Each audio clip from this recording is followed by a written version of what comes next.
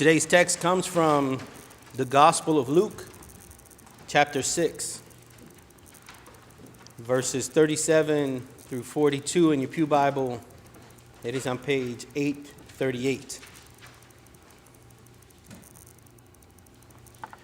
Do not judge, and you will not be judged. Do not condemn, and you will not be condemned. Forgive, and you will be forgiven. Give, and it will be given to you. A good measure, pressed down, shaken together, running over, will be put unto your lap. For the measure you give will be the measure you get back. He also told them this parable. Can a blind person guide a blind person? Will not both fall into a pit? A disciple is not above the teacher, but everyone who is fully qualified will be like the teacher. Why do you see the speck in your neighbor's eye, but do not notice the log in your own eye? Or how can you say to your neighbor, friend, let me take out the speck from your eye, when you yourself do not see the log in your own eye? You hypocrite. First take the log out of your own eye, and then you will see clearly to take out the speck of your neighbor's eye. The word of the Lord.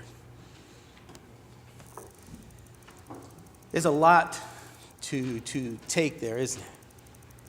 This is probably a sermon that could be done with just reading one verse, or 4 different sermons can come out of this. But I decided to kind of put it all together and just talk about the different parts, and let's look at it from different perspectives. There's one part trust, one part judgment, one part understanding that we are not unbiased.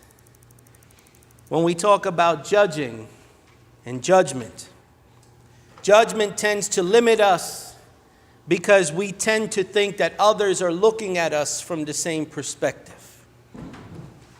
As we were talking about earlier during the children's moment, when children come together, they don't judge each other, but they just come together and play and have fun and be together.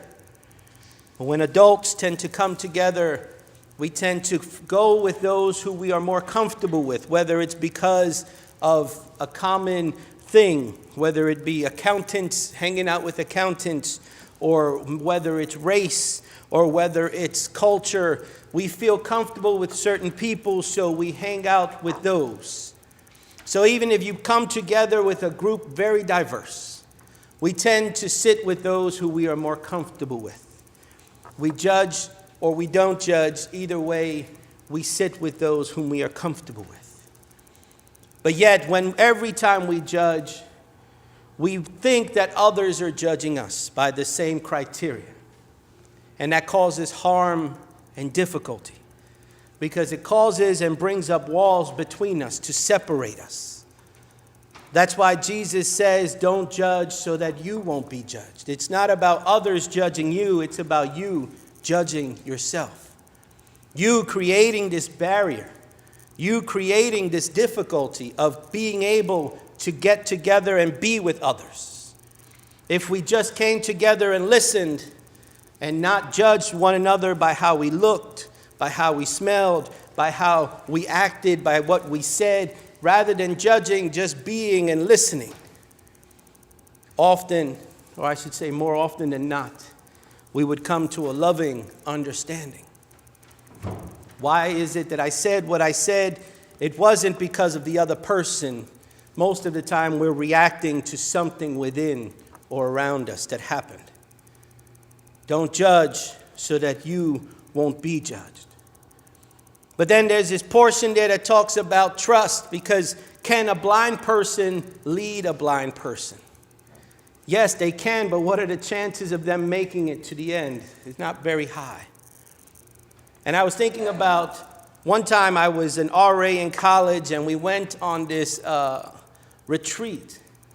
And it was one of those blindfold trust tests where I was blindfolded and another person was guiding me.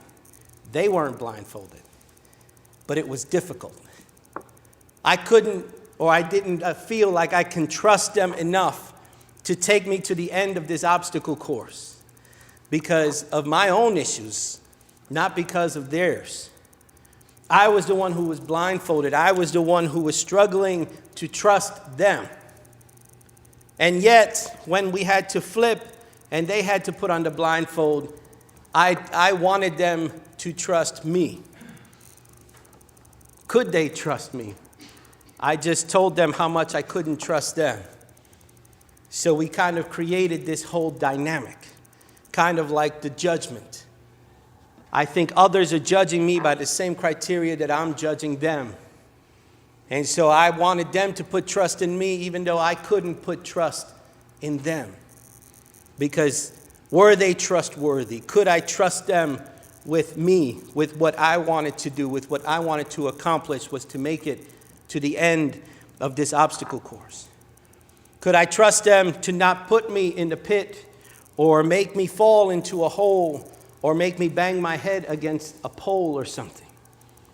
But yet I wanted them to trust me to know that they wouldn't be falling into pits or bumping their heads. How is that possible? We want others to trust us, but we don't want to trust them. We want others to not judge us, but yet we turn around and judge them.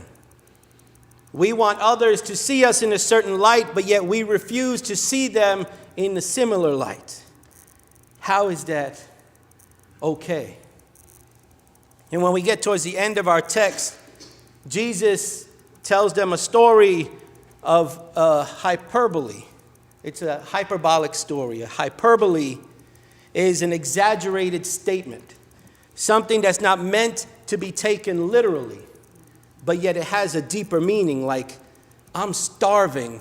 I'm so starved I can eat a horse. That's hyperbole. It means I'm really hungry. It doesn't mean that you're going to eat a whole horse. And in this way, Jesus tells this story about how easy it is for us to see the speck in someone else's eye, to say, you have something in your eye. Let me take it out. Let me help you take it out. But that's not the whole story. What's the other part of the story? I see the speck in your eye, but what do I have in mine? I have a log. So yes, you may be imperfect and have a speck in your eye, but here I am, carrying a whole log in my eye. Hyperbole, it's an exaggeration, but there's a truth in the story. We are unwilling to see what's wrong with us, but we are willing to help you see what's wrong with you. We're willing to help you become a better person. We're willing to help you on this journey, as long as you don't try to help me. As long as you don't try to remove my log from my eye. I'm willing to tell you everything that's wrong with you so that you can improve. But just don't tell me what's wrong with me, because God made me perfect just the way I am with this big log in my own eye. That's kind of the way we live out our lives, isn't it? We're able to see the wrong in others, but we refuse to discuss the wrong in us. It's not that we don't know it. Don't get that twisted. We know our faults. We know what we do wrong. We know what we did wrong. We know that we are not perfect. We just don't want to hear it. We don't want to allow someone else to say, let me help you get that log out of your eye. We'll go to the ends of the earth to get that speck out of yours. But even though we know, even though I know that I have a log in my eye, I would rather help you take your speck out so that you can see better than take the log out of my eye. Why is that? Why are we unwilling to help ourselves the same way we are willing to help another to improve? We're willing to go the extra mile. We're willing to give of ourselves, but we're unwilling to invest that time in our own life. And for some, it might be because we had people in our lives who were selfish. But self-care and taking care of yourself is not selfishness. Selfish people and selfishness is when everything revolves around you. I am so important that everything revolves around me. That's selfishness. Self-care and self-aware allows us to understand the difference. When we are in need of self-care, we know that we need to take a moment. When the log is too big in our own eye, we know that we need to take a moment to take that log out. Stop carrying the weight of something that you don't need to carry anymore. Stop carrying the weight of things that may have happened in the past. Stop carrying the things that worried you before. Stop worrying about things that are no longer worth worrying about. The log in my eye should be put alongside the speck in yours. But yet we rather carry our log and help you remove your speck. Why is that? Is that what God has called us to? Is that what God wants us to do? Is that how God wants us to live out our lives? Yes, it is a life of service. Yes, we should do unto others. But the other side of that is do unto others as you would have them do unto you. So if you are willing to help others take the specks out of their eyes, why won't you let them help you take the log out of yours? It's easy to do and to want to do. It's hard to allow yourself to be vulnerable. Because for some of us, vulnerability is the most difficult thing. To allow someone else to see that you are weak, it's a no-no. To allow another to see and to understand that you actually are vulnerable, that's a no-no.